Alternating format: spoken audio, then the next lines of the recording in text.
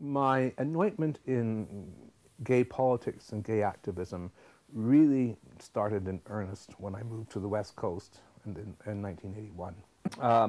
Much to my surprise and delight, I discovered the co-op radio at Vancouver Co-op Radio, and the Coming Out Show, as it has been called, on once a week and so on, and every Thursday, 7:30, and it was something I began to listen to. After about a year of listening to this, I got quite emboldened, and I thought, I want to go down and try it.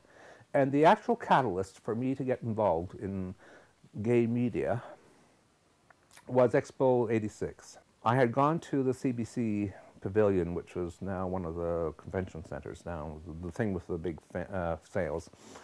And they had, as one of their little,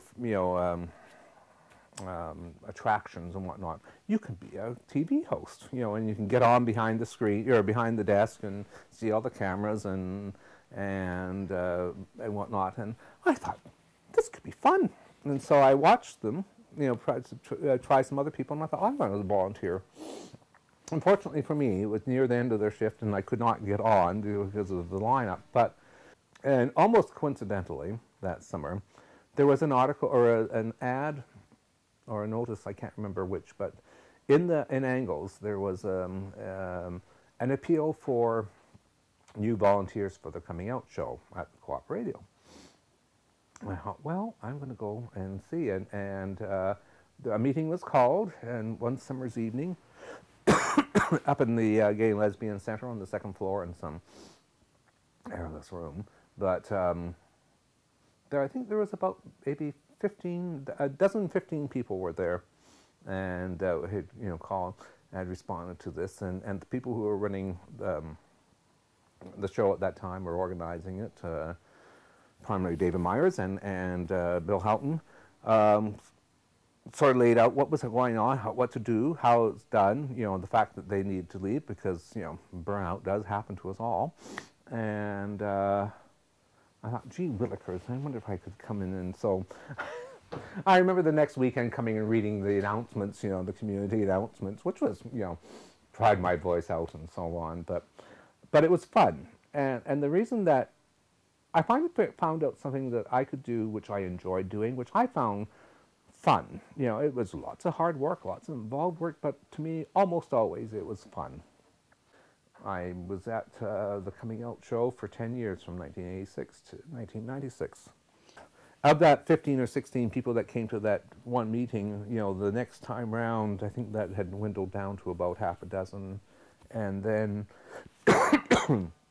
dwindled down by the time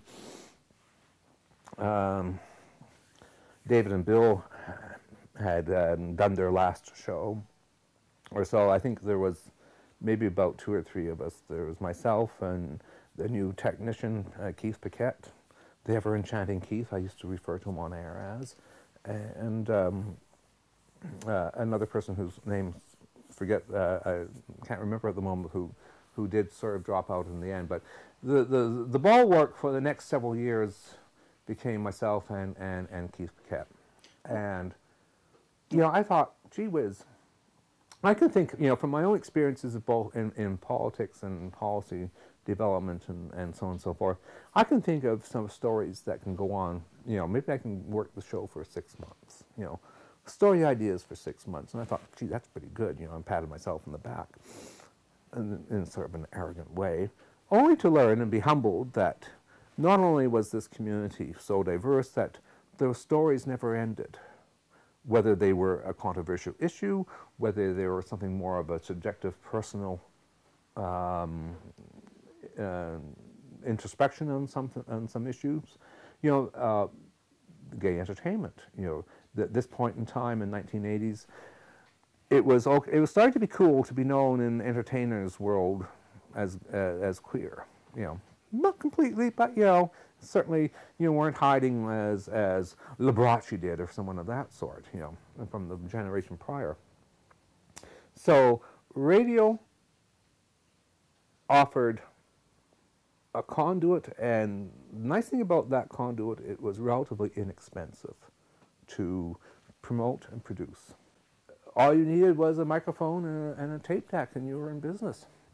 I hate to say this because I might date myself, but I'm a big fan, I always have been, of CBC Radio, and the diversity of programs it offers on Radio 1 and Radio 2 now. But you know, to me, I always found them interesting. And what was it that made them interesting? And so I used to sort of think about them, you know, as I learned how to do the lineup sheets for a radio program. You know, you only have an hour, and you know, time will pass. Well, you is very important in broadcasting. You know, you have so much time to fill up, and sometimes you just have so much you got to try and get in. You slice down. Sometimes you have nothing, and you talk very slowly just to lengthen those minutes, and so on. As time went on, other people came onto the show for varying lengths of time. There was Kathy Musin, who was a writer and author. There was Alan. They'll come to me in a minute. Alan. He was a student from. He was actually doing his postgraduate work to UBC. And he did some very, very interesting stories, and he did, I think, one of the most controversial stories we ever did on Co-op Radio during my time at it, or in the Coming Out show, and that was he talked to a pedophile and tried to learn the motivations, and you know, did it in a very balanced way, and I was quite proud of him for that particular episode. Did you get a lot of flack for that from listeners, or from did Co-op Radio have to go to bat for you on that one? I think we got a couple of responses. Though, funnily enough, the one that we got the most response from was an interview I did with a couple of men who belong to the Catholic organization that cures homosexuals. I'm afraid I'm going to have to be just a little egocentric on this, and it was an idea that I did, and that was, I created stories. I had people, I wanted to, you know, we have a great rich culture. There are many, as time has gone on, gay literature has just extrapolated. But back then, and I don't know if this is true, or it certainly seemed to be my impression, there were an awful lot of gay authors who wrote short stories. And short stories were like a very convenient vehicle for radio, and which meant that in our case we had an hour's broadcast, an hour-long program, and a short story could easily be told within that time frame. And I started doing them once the first year as a summer fill-in. And after that, I got a lot of a good response from them. You know, people who liked them, and I had very eclectic authors. I had Andrew Holleran, who was one of my favorites. I had David Lieberman. I had, including some local authors. David Watmall did the story for me, and we gave them production qualities as much as we could, given our equipment at Co-op Radio, which was never, you know, the finest end of things. But you know, it was workable, it was functional, and I had a good friend of mine come in, and who had a beautiful baritone, mellifluous voice, and he in fact was also he has one of the largest private gay libraries in the country. And I often relied on his good taste and judgment to pick the stories that we wanted. I would just say, well, we wanted a diversity of them. We had sci-fi stories, we had heroic stories from the wars, and we had neurotic stories about gay cats. You know, anything. And he would choose them, and he often read them.